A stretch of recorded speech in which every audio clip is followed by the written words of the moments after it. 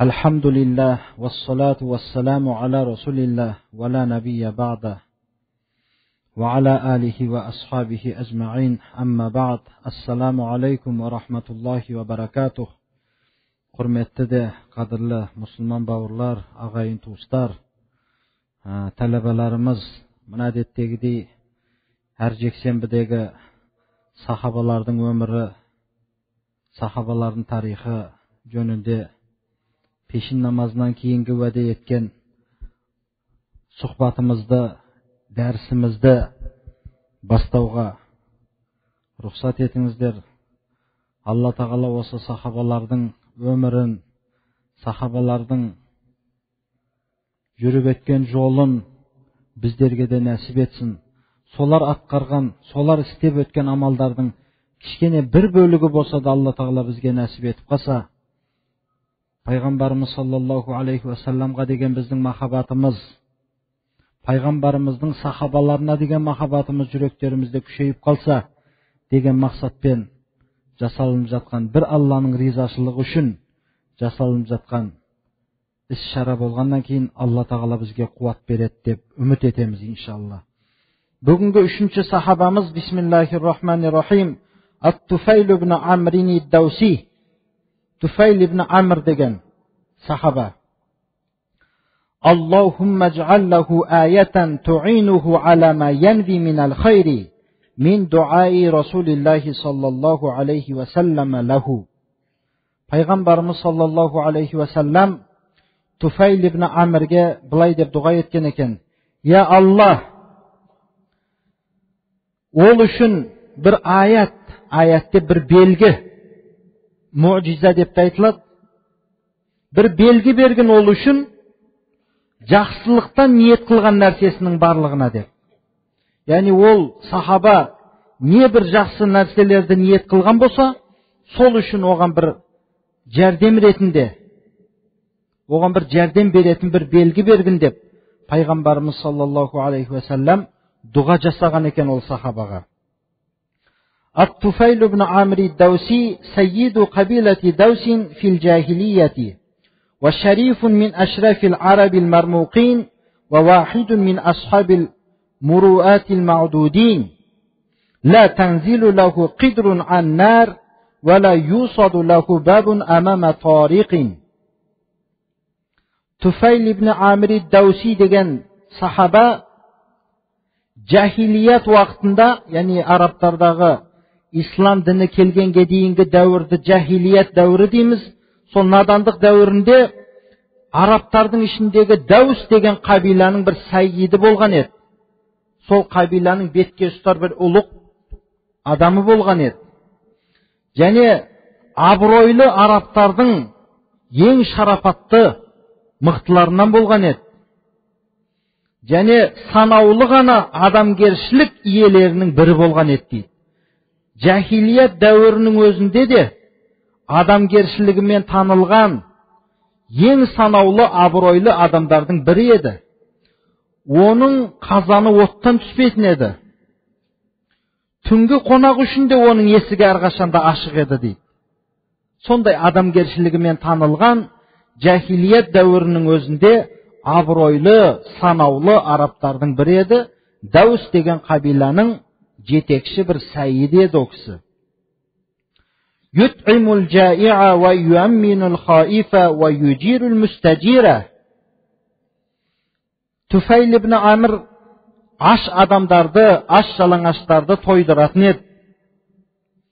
Қорыққан адамдарға амандық беретін еді. Өзінен қорған талап қылған, қорған сұрап келген, қорғау сұрап келген адамдарға қорған болатын адам еді. Бұл әлі исламға дейінгі о кісінің өмірін айтып келе жатырмыз. Wa huwa ila zalika adibun aribun labibun wa sha'irun murhaful hissi raqiqus shu'ur basirun bi hulwil bayani wa murrihi haythu taf'alu fihi al-kalimatu fi'la sihr. Tufayl ibn Amr radıyallahu anhu сонысына қоса өзінің арабтардың ішіндегі ең абыройлы, ең санаулы оттан қазаны түспеген, қолы ашық, аш-жалаңашты тойдыратын, баршаға пана бола білген қасиетімен қоса өте парасатты бір әдебиетші еді, ақын еді, сезімі өте өткір еді, түйғысы өте нәзік еді, сөздің ащысын да тұщысын да білетін көреген еді. Оның сөздері бір сиқырға ұқсайтын еді дейді. Сондай оның кәлималары аузынан шығатын бір сиқырға ұқсайтын еді. Ол дегені инна минал баяни ла сихрун деп келеді. Кейбір сөздер адам баласын арып, сондай бір өзіне тартатын әдемі сөздерді адамдарды солай деп келтіреді. غادر الطفيل منازل قومه في تهامة متوجها إلى مكة وراح الصراع دائرة بين الرسول الكريم صلوات الله عليه وكفار قريش كل يريد أن يكسب لنفسه الأنصار ويجتذب لحزبه الأعوان. Tufayl ibn Amr Tihama деген жердегі, яғни Дауыс қабиласының мекендеген Тихама деген жердегі өзінің қауымының орнын, яғни өзінің қауымын тастап, Меккеге қарай жүзденіп кетті дейді. Меккеге барып келуге. Сол кезде пайғамбарымыз саллаллаху алейхи ва саллам мен Құрайш мүшриктерінің, кәфірлерінің арасында соғыстың диірмені айналып жатқан уақыт еді дейді. Әрбірі өзінің нәпсісі үшін бір жәрдемшілерді қалайды. Пайғамбарымыз саллаллаху алейхи ва саллам да Меккенің әлгі Құрайштың озбырлығынан, Құрайштың әбден өтіп кеткен қиыншылығынан өзіне бір жәрдемшілерді қалайтын еді. Ал Құрайш болса да сол пайғамбарымыз саллаллаху алейхи ва салламның дініне адамдарды өткізбеу үшін абыройлы деген, сөзі өтеді деген кісілерді қалайтын еді дейді. Міне сондай аласапыран кезде Туфайл ибн Амр өзінің қауымын тастап Мекке қарай жүзденіп кетті дейді. Әлі пайғамбарымыз жайлы еш нәрсе білмейтін кезі. فالرسول صلوات الله وسلامه عليه يدعو لربه وسلاحه الإيمان والحق وكفار قريش يقاومون دعوته بكل سلاح ويسدون الناس عنه بكل وسيلة ووجد الطفيل نفسه يدخل في هذه المعركة على غير أعبة ويخوض غمارها عن غير قصد. Расулуллах саллаллаху алейхи ва саллам Раббысына дұға қылар еді. Пайғамбарымыздың қару-жарағы оның иманымен хақ дін еді. Ал Меккенің, Құрайштың кәфірлері болса, пайғамбарымыздың дінге шақыру дағуатына бүкіл өзінің қару-жарағымен қарсы тұратын еді дейді. Адамдарды пайғамбарымыз саллаллаху алейхи ва салламнан тосатын еді, тыятын еді, қандай бір себеп тауып болса да. Ол сиқыршы да деді пайғамбарымызды, барма оған. Ол біздің ата-бабаларымыздың дінінен сиынып жатқан, өзіміздің ата-бабаларымыздың дінінен қайтарып жатқан бір сиқыршы да деді. Әйтеуір неғып болса да пайғамбарымызға адамдардың еріп кетпеу үшін қандай бір уәсила себеппен болмасын пайғамбарымыздан адамдарды тосып әлек Құрайш. Ал пайғамбарымыз болса хақ дінге шақырып жатыр адамдарды. Сондай бір уақытта Туфайл ибн Амр сондай ұрыс, сондай соғыстың арасына, енді соғыс деп баяндап жатыр ғой бұны. Кәдімгідей қарумен соғыспаса да дағуат жүріп жатыр. Адамдарды пайғамбарымыз хаққа шақырады. Құрайш кәфірлері болса адамдарды пайғамбарымызға ермеуге шақырады. Сондай аласапыран нәрсеге бұл байқамастан қалай кірісіп кеткенін, түсіп қалған өзі де білмеді. Ешбір қаламастан, мына не дейді ана, иірімге қалай сүңгіп кеткенін өзі де білмей қалды Туфайл ибн Амр.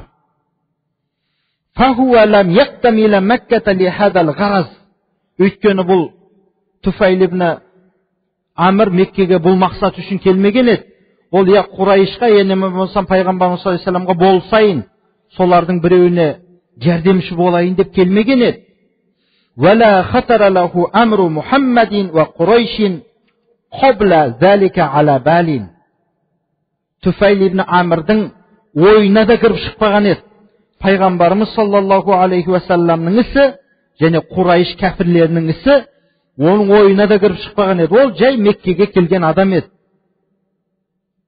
ومن هنا كانت للطفيل بن عمرو الدوسي مع هذا الصراع حكاية لا تنسى فلنستمع إليها فإنها من غرائب القصص. Осы орында Туфайл ибн Амр үшін осы күреспен бірге естен шықпайтын бір хикая бар дейді. Қаны бір құлақ салып көрейікші сол хикаяға. Бұл бір керемет, ғажайып бір хикая, бұл қисса бұл. Соны енді Туфайл ибн Амрдың өзінің аузынан естіп көрейікші дейді. حدث الطفيل قال قدمت مكة فما إن رآني سادة قريش حتى أقبلوا علي فرحبوا بي أكرم ترحيب وأنزلوني فيهم أعز منزل. Мен Меккеге келдім. Құрайыштың ұлылары, Құрайыштың басшылары мені көріп-ақ, маған жүгіріп келіп, маған ең бір құрметпен, үлкен бір құрметпен мархаба деп, акрама тархиб, керемет бір сәлем беріп келді. Ең бір құрметті орынға мені отырғызып, құрметті орыннан маған орын берді. ثم اجتمع إلي سادتهم وكبراؤهم وقالوا يا طفيل إنك قد قدمت بلادنا وهذا الرجل الذي يزعم أنه نبي قد أفسد أمرنا ومزق شملنا وشتت جماعتنا ونحن إنما نخشى أن يحل بك وبزعامتك في قومك ما قد حل بنا فلا تكلم الرجل ولا تسمعن منه شيئا فإن له قولا كالسحر يفرق بين الولد وأبيه وبين الأخ وأخيه وبين الزوجة وزوجها. قال الطفيل فوالله ما زالوا بي يقصون علي من غرائب أخباره ويخوفونني على نفسي وقومي بعجائب أفعاله حتى أجمعت أمري على ألا أقترب منه وألا أكلمه أو أسمع منه شيئا. Кейін маған керемет сәлем беріп, мені үлкен бір биік төрге орын, жақсы орыннан орын бергеннен кейін Құрайыштың үлкендері, ұлылары, басшылары жиналып келіп маған: "Ей Туфайл, сен біздің қаламызға кеп қалдың. Анау өзім пайғамбармын деп күмән қылып жүрген, өзім пайғамбармын деп ойлап жүрген анау Мұхаммед деп енді біз пайғамбар саллаллаху алейхи вассаламды айтып жатыр. Біздің істеріміздің барлығын бұзып бітті. Біздің жамағатымызды тарқатты. Бытшын шығарды біздің жамағатымызды. Біз қорқамыз, біздің басымызға түскен нәрсе сенің де ұлылығыңа зияны тиіп кете ме ана қауымыңдағы деп, сенің де басыңа сол іс кеп қалмасын деп қорқамыз біз. Сол үшін сен ана адаммен сөйлеспегін." Қараңыз, азғыруды қараңыз. Одан еш нәрсе естімегін. Өйткені оның сөздері бір сиқырға ұқсайды. Ол бала мен әкенің арасын ажыратып жатыр. Ол аға мен інінің арасын ажыратып жатыр. Ол ер мен әйелдің арасын, ерлі зайыптылардың арасын ажыратып жатыр дейді. Сол кезде Туфайл айтып жатыр: "Аллаға қасам, олар маған ол жайлы, оның керемет ғарып, не дейді, ғажайып істері жайлы айтып жатыр, мені қорқытып жатыр. Оның істерінің ғажайыптығынан менің қауымымды мені қорқытып жатады. Мен сол кезде ойладым" дейді. "Ойымды жинап тұрып айттым" дейді. "Шынында да жақындамай-ақ қояйын сол адамға. Онымен сөйлеспей-ақ та қояйын, одан еш нәрсе естімей-ақ та қояйын деп ниет қылдым" дейді.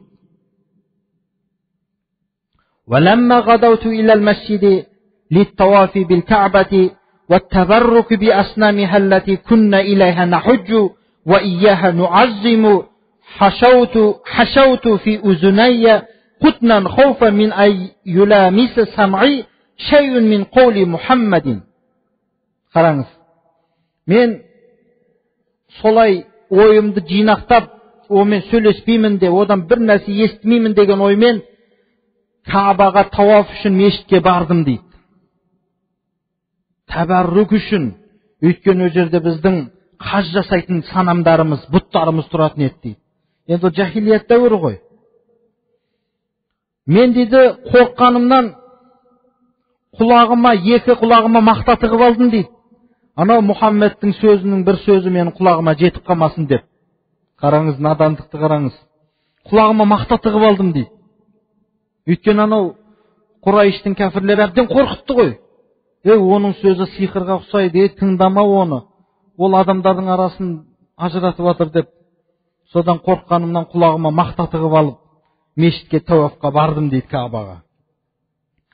لكني ما إن دخلت المسجد حتى وجدته قائما يصلي عند الكعبة صلاة غير صلاتنا ويتعبد عبادة غير عبادتنا فآثرني منظره وحزتني عبادته ووجدت نفسي أدنو منه شيئا فشيئا على غير قصد مني حتى أصبحت قريبا منه وأبى الله إلا أن يصل إلى السمع بعض مما يقول فسمعت كلاما حسنا وقلت في نفسي.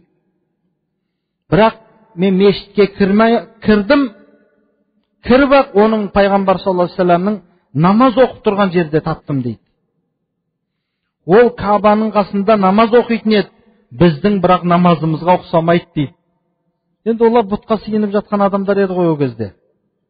Каабаны айналып, әйтеуір жалаңаштанып алып, жахилият дәуірінде не жасамады? Ол бір ғибадат жасайтын еді, біздің ғибадатымызға ұқсамайды.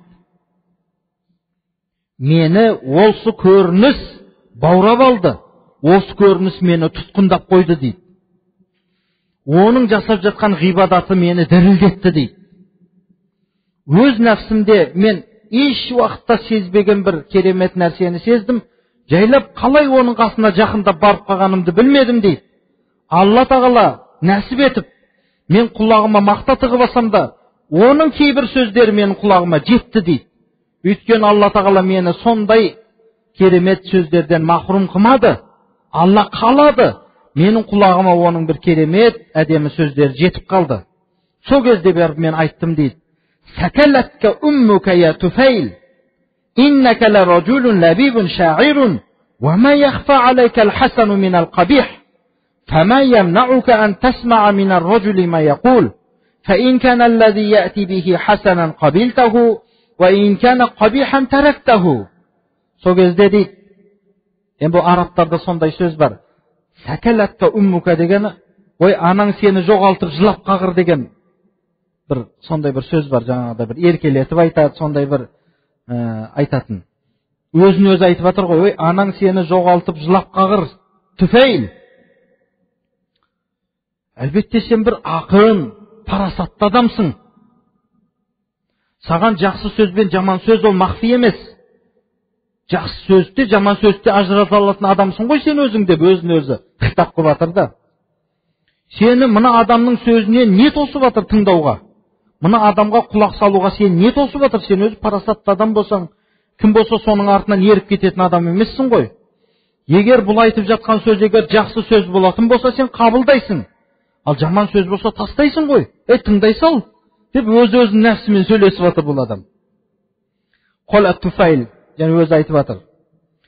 ثم مكثت حتى انصرف رسول الله صلى الله عليه وسلم إلى بيته فتبعته حتى إذا دخل داره دخلت عليه فقلت يا محمد إن قومك قد قالوا لي عنك كذا وكذا فوالله ما برحوا يخوفونني من أمرك حتى سددت أذني بقطن لئلا أسمع قولك ثم أبى الله إلا أن يسمعني شيئا منه فوجدته حسنا فأعرض alayya amrak. Туфайл айтады, кейін біраз тұрып қалдым.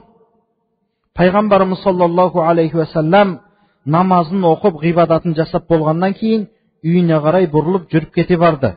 Мен де оның пайғамбарымыздың артынан ілесіп жүрдім. Пайғамбарымыз өзінің ауласына кірді. Мен де кірдім дейді. Кейін айттым дейді: "Е Мұхаммад саллаллаху алейхи ва саллям, әлбетте мынау сенің қауымың, мына Меккедегі қауымың сен жайлы мынандай, анау деген сөздерді айтып жатыр. Енді каза ва каза дегені анау сөздерді айтып жатыр. Аллаға қасам, олар мені үнемі қорқытып келді. Қорыққандығым соншалық екі құлағыма мақта да тығып алдым сенің сөзіңді естімейін деп. Бірақ Алла тағала оны қаламады. Маған естіртті Алла тағала сенің сөздеріңді. Бір жақсы сөздер таптым сенен. Сен енді маған ісіңді жайғын, яғни ісіңді айтқын. Қандай іс ол сенің ісің деп, әлі исламнан мүлдем хабарсыз адам ғой. فعرض علي أمره وقرأ لي سورة الإخلاص والفلق فوالله ما سمعت قولا أحسن من قوله ولا رأيت أمرا أعدل من أمره عند ذلك بسطت يدي له وشهدت أن لا إله إلا الله وأن محمد رسول الله ودخلت في الإسلام. Қараңызшы, қандай бақыт. Кейін пайғамбарымыз маған ісі жайлы жайып ашып әңгіме айтып, Ихлас сүресі мен Фалақ сүресін оқып берді дейді. Аллаға қасам, мен бұдан әдемі, бұдан шырайлы, бұдан керемет сөз естімеген едім бұған дейін. Мен бұдан пайғамбарымыздың ісінен әділірек ешқандай іс көрмеген едім бұған дейін.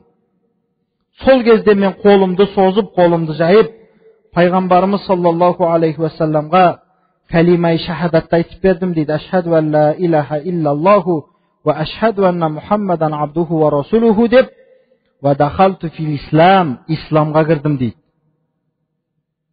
Құран-ы Кәримде де бар ғой: астағизу билла ва иннама ятазаккару улул албаб. Алла тағаланы люб егелері ғана тезірек танып зікір қыла алады. Парасатты адамдар Алла тағаланы тезірек таниды. Сол үшін де парасатты адамдарға айтылған сөзді олар нәтиже шығара біледі одан. Ақылдымын деген әрбір адам өзін Алла тағаланы тани алатындай ақылы болмаса, ол ақылды емес. Басқа неге миы жетсе де Алланы жаратушыны тани алмаған адамды біз люб егесі деп айта алмаймыз ол адамды. Улул әлбаб дей алмаймыз ол адамды.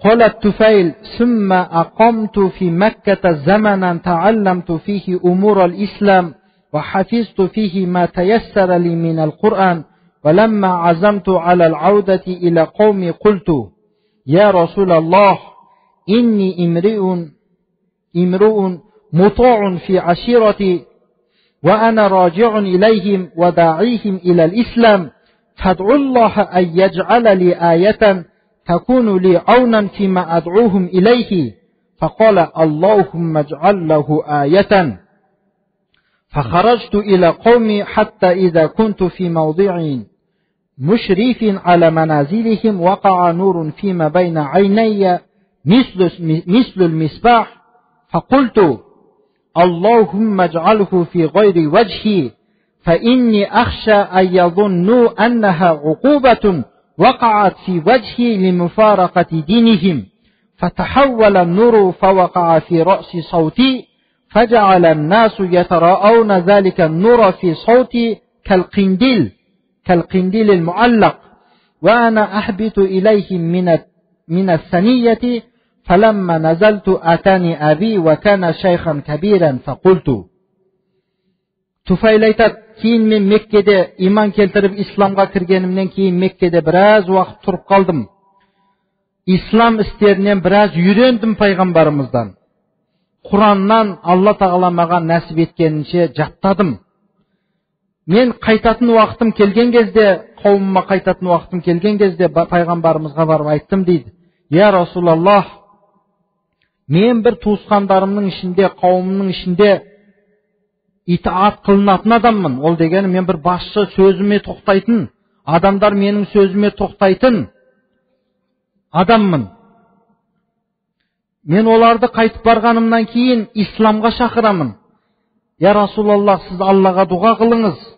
Алла тағала маған бір белгі берсін жәрдем ретінде. Мен оларды дінге шақырған кезде, олар менің сөзіме және де сену үшін бір белгі берсін деп Аллаға дұға қылыңызшы. Сонда пайғамбарымыз саллаллаху алейхи ва саллям әлгі дұғаны қылған екен. Аллахумма джаллаху аятан туинуху ма янви минал хайр деген.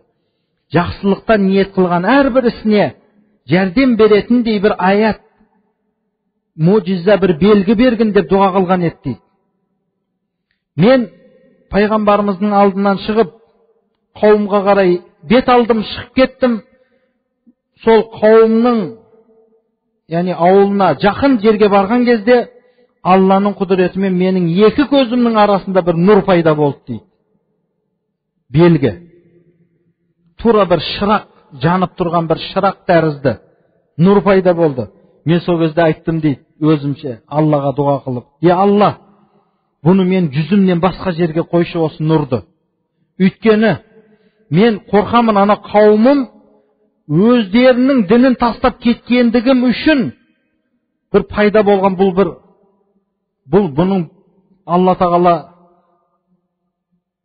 бұл дінге кірген үшін емес, біздің бұттарымызды тастап кеткен үшін мынаның жүзіне бір нәрсе болыпты ғой деп жаман күмәнға барып қалмау үшін мына жүзімдегі екі көзімнің арасында тұрған нұрды басқа жерден берші деп Аллаға дұға қылдым дейді. Сол кезде сол нұр Құдайдың құдіретімен менің қамшымның басына орналасты дейді. Оны қауым адамдар ұзақтан көретін еді сол нұрды. Ол нұр тура бір асылып тұрған шам тәрізді болатын еді дейді. Ана қолға бір шам ұстап жүрсе бір жарқылдап тұрады ғой. Бұл кісінің де қамшысының басында сондай нұр берді Алла тағала пайғамбарымыз саллаллаху алейхи ва салламның дұғасының шарапатымен.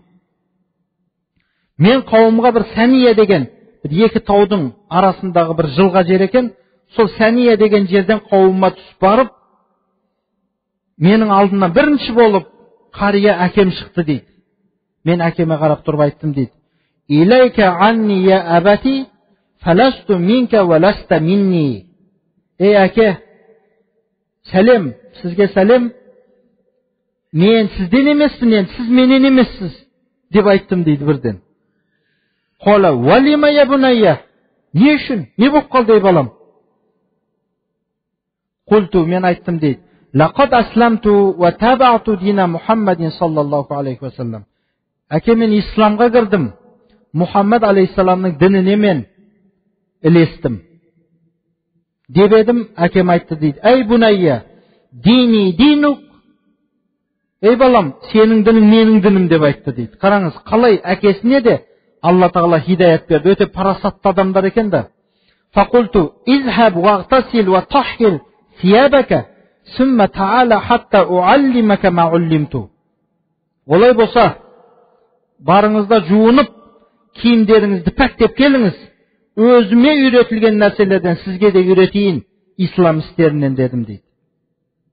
فذهب فاغتسل وطهر ثيابه ثم جاء فعرضت عليه الإسلام فأسلم.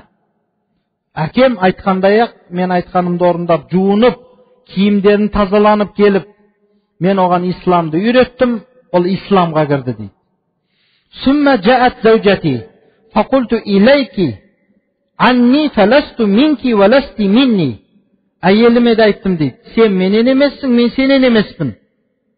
Қолат, «Валима би аби анта ва умми». Не болып қалды? Ата-анам сізге пида болсын. Не болып қалды? Не үшін дегенде мен айттым дейді: «Фаррақа байни ва байнаки ал-ислам. Фақад асламту ва табаату дина Мухаммадин саллаллаху алейхи ва саллама. Қолат, фадини динук». Мен айттым дейді: "Сені мен менің арамды ислам ажыратып тастады енді. Мен Мұхаммад алейхиссаламның дініне кірдім." Деп едім, әйелім де бірден: "Сіздің дініңіз менің дінім" деп. Өте бір жаңа шынында да абыройлы адам ғой. Алла хидаят бермеймін десе, оның әйеліне де, әкесіне де хидаят бермесе, біраз тартысатын еді, айтысатын еді.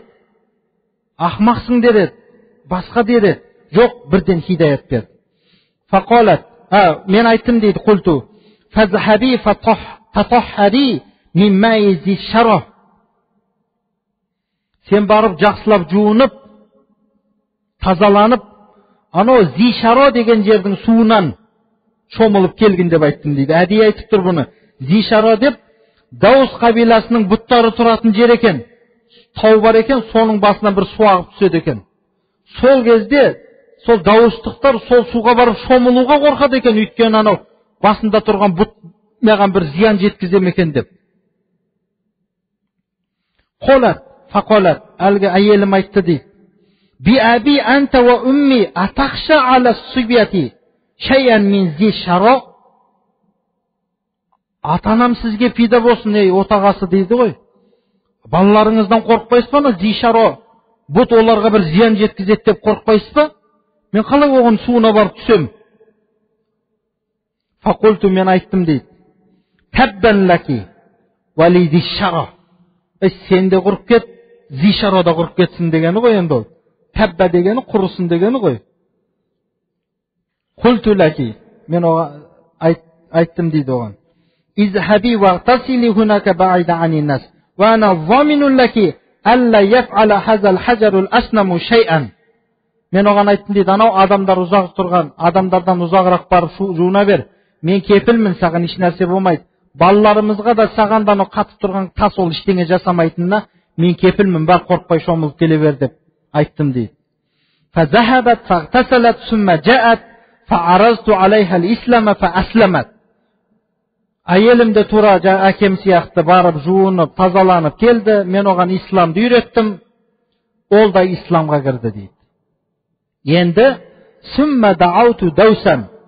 Енді мен Даус қабиламды, қауымымды мен енді исламға шақыра бастадым. Фаабтау алайя илля аба Хурайрата. Фақад кана асрa'ан наси исламан. Асықпады дейді менің қауымым дінге кіруге. Тек қана Абу Хурайра ғана асықты дейді. Демек, осы жерден тағы да біз білеміз, пайғамбарымыз саллаллаху алейхи уассаламнан ең көп хадис риwayat еткен Абу Хурайра да дауыстық екен де, ол кісіде. Ол да Даус қабиласынан екен. Сол ғана адамдардың ішінде асығып исламға кірді дейді. Ал менің қауымым исламға кірмеді, асықпады дейді. Қолат Туфайл فجئت رسول الله صلى الله عليه وسلم بمكة ومعي أبو هريرة فقال للنبي عليه الصلاة والسلام ما وراءك يا طفيل فقلت قلوب عليها أكنة وكفر شديد لقد غلب على دوس الفسوق والعصيان فقام رسول الله صلى الله عليه وسلم فتوضأ وصلى ورفع يده إلى السماء فقال أبو هريرة فلما رأيته كذلك خفت أن يدعو على قومي فيحلكوا فقلت وقوماه لكن الرسول صلوات الله عليه جعل يقول اللهم اهدي دوسا اللهم اهدي دوسا اللهم اهدي دوسا ثم التفت إلى الطفيل وقال ارجع إلى قومك وارفق بهم وادعوهم إلى الإسلام. Туфайл айтып жатыр, мен енді қауымымды дінге шақырып, қауымым асыға қоймады, бірақ Абу Хурайра ғана асығып дінге кірді. Мен қайтадан пайғамбарымыз саллаллаху алейхи уассаламға Меккеге бардым дейді. Менімен бірге Абу Хурайра бар еді. Маған пайғамбарымыз алейхиссалам айтты дейді, қауымыңда не болып жатыр, ей Туфайл? Не хабар дегені ғой, не хабар бар ана жақта? Мен айттым дейді, сондай бір жүректер, ол жүректерге бір күфірлік толып қалған, кек ыза толып қалған бір қауым қалып кетті артымда. Даус қабиласына фысық, яғни фасықтық, исиян, күнәһарлық оларды жеңіп шықты. Дінге шақырып едім, олар дінге кіре қоймады деп пайғамбарымыздың алдына келіп тұр ғой. Сол кезде пайғамбарымыз саллаллаху алейхи уассалам дәретін алып, 2 рәкат намаз оқып, аспанға қолын көтеріп, дұға жасай бастады дейді. Туфайлдың қасында тұрған Абу Хурайра айтады, сол көріністі көрген кезде мен қатты қорықтым дейді. Пайғамбарымыз саллаллаху алейхи уассалам бүкіл Даус қабиласына бір жаман дұға жасап, бүкіл Даус қауымы қырылып кете ме деп қорықтым дейді. Бірақ Сөйтіп тұр, мен айттым дейді, уа қаума, қауымыма енді не болатын болдым, күнің не болатын болды деп уайымдай бастадым дейді Абу Хурайра. Сол кезде пайғамбар саллаллаху алейхи ва саллям олай істемеді, бәлки дейді айтты дейді, Аллахумма хди Даусан, я Аллах, Даус қабиласына хидаят бере көргін. Я Аллах, Даус қабиласына хидаят бере көргін. Я Аллах, Даус қабиласына хидаят бере көргін деп дұға жасап жатты дейді пайғамбарымыз алейхиссалам. Кейін бұрылып Туфайлге қарап айтты дейді, барғын енді қауымыңа, оларға өте жұмсақ болғын, исламға шақырғын оларды деп айтты дейді. قال الطفيل فلم أزل بأرض دوس أدعوهم إلى الإسلام حتى هاجر رسول الله صلى الله عليه وسلم إلى المدينة ومضت بدر وأحد والخندق فقدمت على النبي صلى الله عليه وسلم ومعي 80 بيتا من دوس أسلموا وحسن إسلامهم فسر بنا رسول الله صلى الله عليه وسلم وأسحم لنا مع المسلمين من غنائم خيبر. Туфайл айтып жатыр, мен Даус жеріне барып исламға шақыра бастадым. Сол заматта пайғамбарымыз саллаллаху алейхи ва саллям Алланың әмірімен Мәдина қаласына хижрат жасап кетті. Бәдір соғысы өтті, Ухуд соғысы өтті, Хандақ ғазаты өтті. Мен пайғамбарымыз саллаллаху алейхи ва саллямға Мәдинаға бардым. Менің қасымда Даус қабиласынан 80 үй исламға кірген еді дейді сол кезде. Жүректері күфірлікке толып қалған 80 үй пайғамбарымыздың дұғасының шарапатымен бірнеше уақыттан кейін Туфайлмен бірге пайғамбарымыз саллаллаху алейхи ва салламның алдына барды. Пайғамбарымыз қатты қуанды. Анау Хайбар соғысынан түскен өлжадан мұсылмандармен бізге де барған бүкіл дауыстықтарға үлестіріп берді дейді пайғамбарымыз. Фақулна, сол кезде біз айттық дейді, я Расулаллах, иджална майманатака фи кулли ғазватин тағзуха, ваджал шиарана мабрур. Сол кезде біз айттық дейді, я Расулаллах, әрбір соғыста сіз ғазат қылатын, әрбір соғыста мүшриктермен болған, бізді оң қанатыңызда ұстап жүріңізші, біздің туларымыз сіздің қасыңызда болсын деп пайғамбарымызға өтініш айттық дейді. قال الطفيل ثم لم أزل مع رسول الله صلى الله عليه وسلم حتى فتح الله عليه مكة فقلت يا رسول الله ابعثني إلى ذي الكفين صنم عمرو بن حمامة حتى أحرقه فأذن له النبي عليه الصلاة والسلام فسار إلى الصنم في سرية من قومه.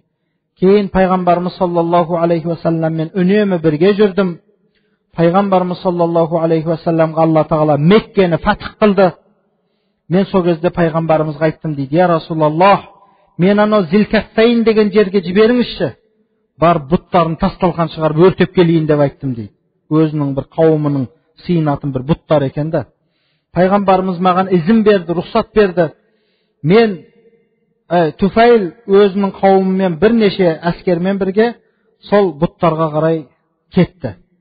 فلما بلغه وحم بإحراقه اجتمع حوله النساء والرجال والأطفال يتربصون به شر وينتظرون أن تسعقه صاعقة إن هو نال ذا الكفين بضر لكن الطفيل أقبل على الصنم على مشهد من عباده وجعل يسرم النار في فؤاده وهو يرتجز يا ذا الكفين لست من عبادك ميلادنا أقدم من ميلادك إني حشوت النار في فؤادك.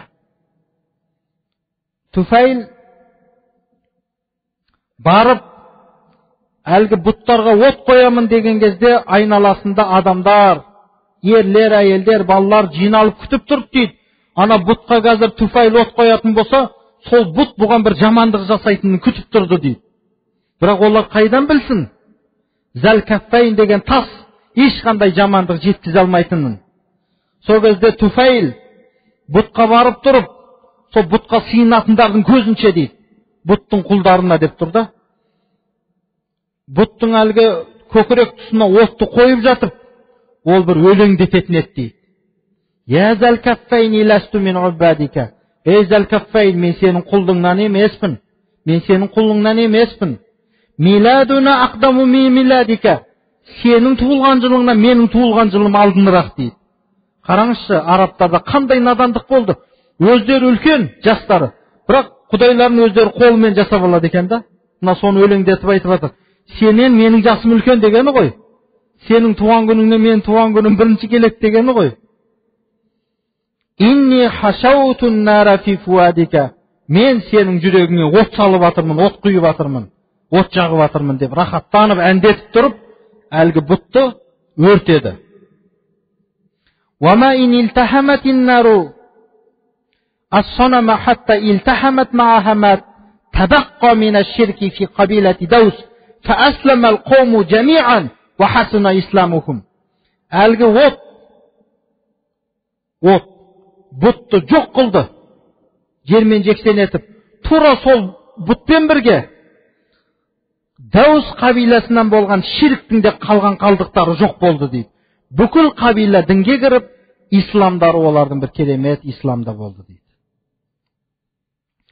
ظل الطفيل بن عمرو الدوسي بعد ذلك ملازما لرسول الله صلى الله عليه حتى قبض النبي صلى الله عليه وسلم إلى جوار ربه ولما آلت الخلافة من بعده إلى صاحبه الصديق وضع الطفيل نفسه وسيفه وولده في طاعة خليفة رسول الله صلى الله عليه وسلم. Туфайл ибн Амр бұл оқиғалардан кейін, Меккені фатхынан кейін, пайғамбарымыз саллаллаху алейхи уассаламның жанында көлеңкесіндей болып үнемі бірге жүрді. Пайғамбарымыз саллаллаху алейхи уассалам Раббысының құзырына кеткенге дейін дейді. Кейін халифалық пайғамбарымыздан кейін пайғамбарымыздың сахибі Абу Бәкір Сиддиқ разияллаху анхудың қолына өткеннен кейін Туфайл өзінде, қылышында, баласында халифаның жолында, діннің жолында халифаның итаатына қылды. Жаным пида, балам пида деп халифамен бірге жүрді. وَلَمَّا نَشِبَتْ حُرُوبُ الرِّدَّةِ نَفَرَ الطُّفَيْلُ فِي طَلِيعَةِ جَيْشِ الْمُسْلِمِينَ لحرب مسيلمة الكذاب ومعه ابنه عمرو وفيما هو في طريقه إلى اليمامة رأى رؤيا فقال لأصحابه إني رأيت رؤيا فعبروها لي. Керемет бір оқиғаны баяндайды мына жерде. Пайғамбарымыз саллаллаху алейхи уассаламнан дүниеден өтіп, халифа Хазірет Абу Бәкір Сиддиқ разияллаху анху болып қалған кезде неше түрлі оқиғалар болды. Соның ең үлкені бірі ридда. Адамдардың діннен шығуы көбейіп кетті сол кезде. Мүсәйләмәтул Кәззаб деген жалған пайғамбар шықты. Сол ридда оты тұтанған уақытта дейді, Туфайл мұсылмандармен бірге сол мұсылмандардың алдында Мүсәйләмәтул Кәззабқа соғыс ашып шығып, қасында өзінің ұлы Амр болды. Ол жолда келе жатып Ямама деген жерде бір түс көрді. Сол түсін өзінің қасындағы достарына, серіктеріне айтып берді. Ол былай дейді: мен бір түс көрдім, соны маған бір табир жасап беріңдерші. Яғни бізде не дейді? Жорып беріңдерші мен түсімді дейді. Фақолу ва ма раайта. Достар айтты дейді: не түс көрдің деп. Қола раайту анна раси қад хулиқа وأن طائرا خرج من فمي وأن امرأة أدخلتني في بطنها وأن ابني عمرا جعل يطلبني حسيسا لكنه حيل بيني وبينه فقالوا خيرا. Сол кезде мен айттым дейді. Туфайл айтып жатыр, түсін айтып беріп жатыр. Түсімде көрдім, менің басым, шашым тықырланып алынған екен дейді. Bir құс менің аузымнан ұшып шықты дейді. Bir әйел мені өзінің ішіне кіргізіп алды дейді. Менің балам Әмір мені тез іздейді, бірақ таппай қалды. Менің арам мен оның арасы ажырап кетті. Деген кезде сахабалар жақсылыққа жорып, фақолу хайра, бұл жақсылық қой деп жорығанда фақола Туфайл айтқан екен: Амма ана валлахи лақад аввалтуха.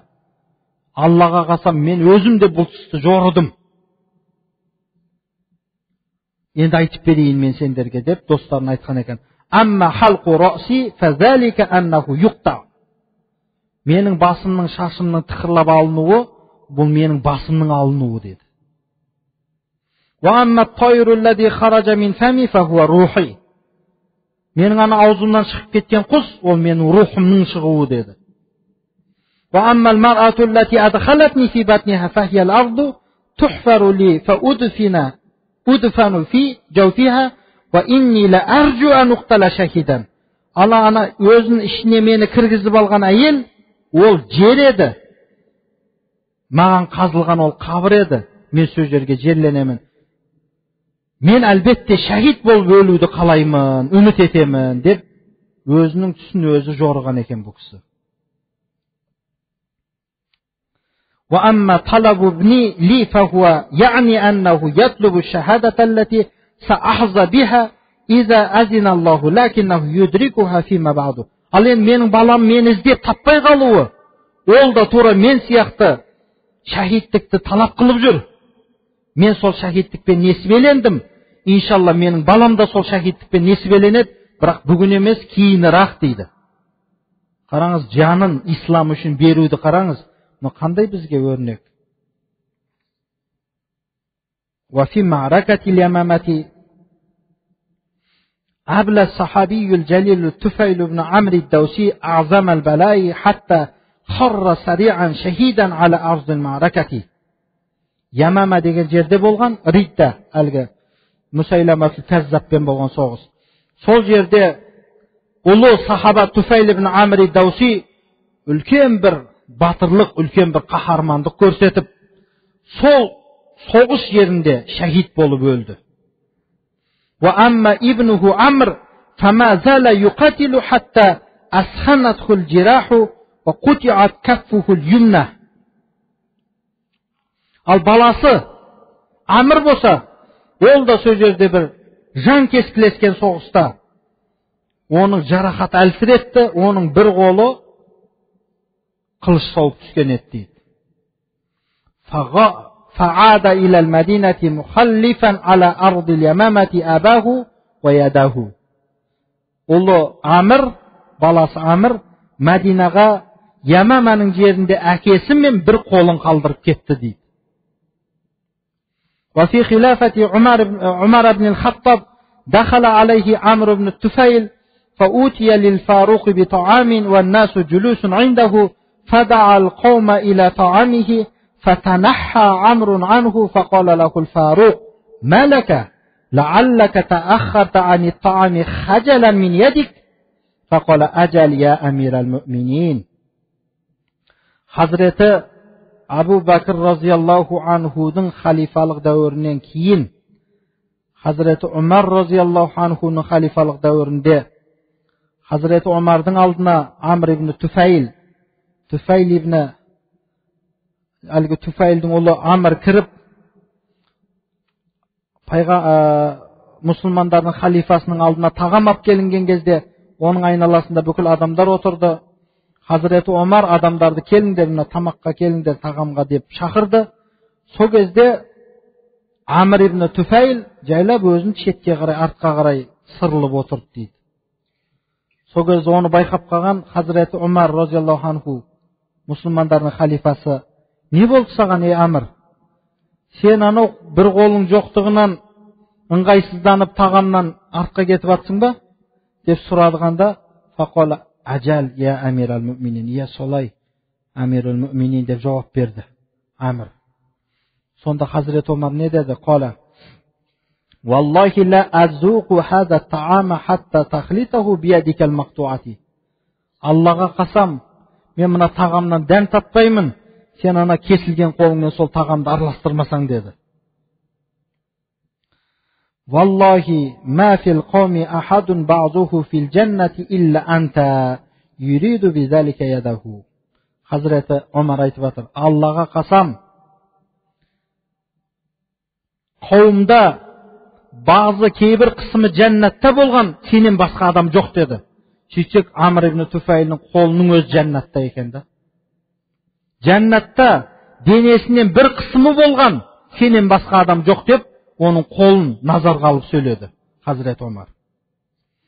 Zalla hulumu shahadati yaluhu li Amr منذ فرق أباه فلما كانت معركة اليرموك بادر إليها عمرو مع المبادرين وما زال يقاتل حتى أدرك الشهادة التي مناه بها أبوه رحم الله الطفيل بن عمرو الدوسي فهو الشهيد أبو الشهيد. Amr ibn Tufayl'ge de şahadat tusu үнемі kirib жүрді дейді, şahidlik tusu. Yarmuk деген соғыста Amr соғысқа аттанушылармен бірге аттанды. Соғысып жүріп, ол да шахадаттықке жетті, шахидтікке. Ол шахидтікті оның әкесі армандап кеткен еді дейді. Балам да шахид болады. Мен несібеленген шахидтікпен балам да несібеленеді деп кеткен еді. Алла тағала Туфайл ибн Амр ид-Даусиді рахметсін. Ол өзі шахид еді, және шахидтің әкесі еді дейді. Қараңызшы. Фахуа шахид ва абу шахид. Ол өзі де шахид еді, және шахидтің әкесі еді дейді. Міне, Туфайл ибн Амр ид-Дауси деген сахабаның өмірі осы екен, құрметті жамағат. Біз бұл сахабалардың өмірін, бұл сахабалардың басынан өткен тарихын оқып тұрып, жүрегіміз орнынан жұлынып кете жаздайды. Оңай емес. Алла тағала осы оқып жатқан ұлы сахабалардың өмірлерінде, кітаптан оқып жатқан жерлерімізде кішкене бір қателіктер болса Алла кешірсін деп біз үміт етеміз. Өйткені бұндай ұлы адамдарды тілге алудың өзі оңай емес екен. Кейбір бір кісілер болған екен, Мұхаммад саллаллаху алейхи уассалам деу үшін жаңадан барып дәрет алып келіп, одан кейін ғана пайғамбарымыздың атын аузымен айтады екен. Біз сахабаларын, пайғамбарымыздың, солардың жүрген жолына махаббатымыз болмаса, қаны біздің шынайы мұсылмандығымыз, қаны біздің әхлелім, я Алла, мен жақсы көремін өзіңді, я Алла, мен сенің пайғамбарыңды жақсы көремін деп тілімізбен айтамыз, бірақ жүрегімізде оларға деген махаббат болмаса, оның бәрі жалған бір дауа болып қалады. Оның бәрі әшейін бір жай сөз болып қалады. Сондықтан біз Алладан көбірек сұрайық.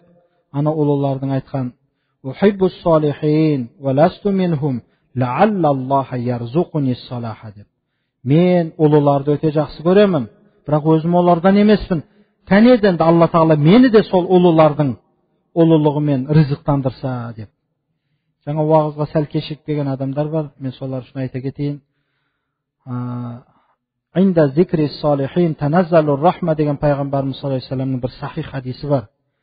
Ұлыларды, Алла тағаланың сүйікті пенделерін, ізгі пенделерін зікір қылған жерге Алланың рахматы жауып тұрады дейді. Иншалла сол рахматында сізбен бізді тапқан болсын. Сол Алланың рахматын үміт етіп, біз осы нәрселерді, осы уағыздарды айтып жатырмыз.